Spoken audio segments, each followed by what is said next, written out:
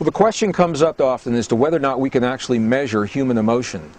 What scientists are now documenting is the effect of emotions upon the heart field. The human heart is now documented as the strongest generator of both electrical and magnetic fields in the body.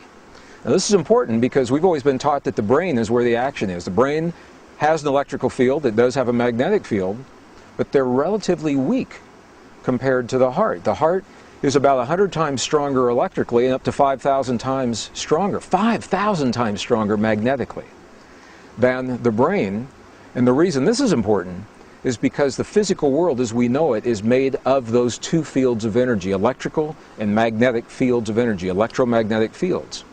Our own physics books now tell us if we can change either the magnetic field of an atom or the electrical field of the atom, by doing that we literally change that atom. We change the stuff that our bodies in this world are made of.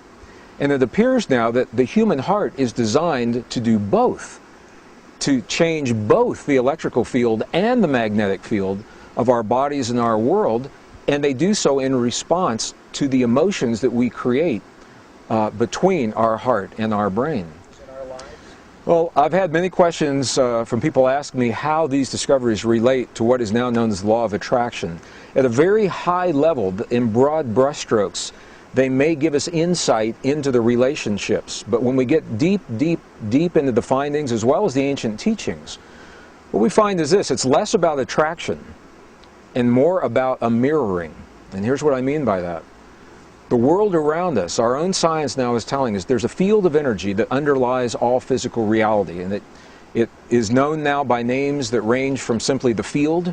Lynn McTaggart wrote a beautiful book entitled The Field about this quantum essence. Some people call it nature's mind. Some scientists call it the mind of God. Some call it the matrix. Some call it the divine matrix. In 1944, the father of quantum theory, Max Planck, identified this field and he called it the matrix. That's where this term came from.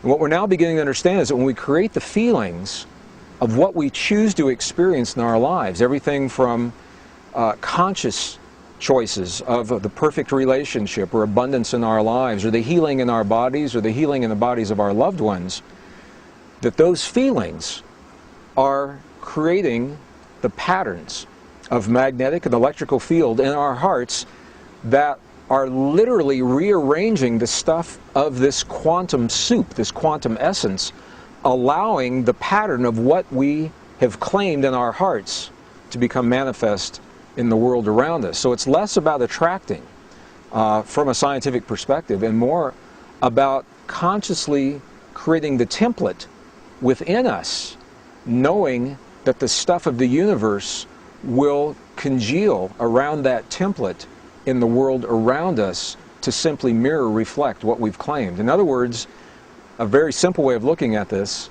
and we've all heard this before, is that we must become in our lives the very things that we choose to experience in our world. Now the science is giving us a very good reason to understand why that is.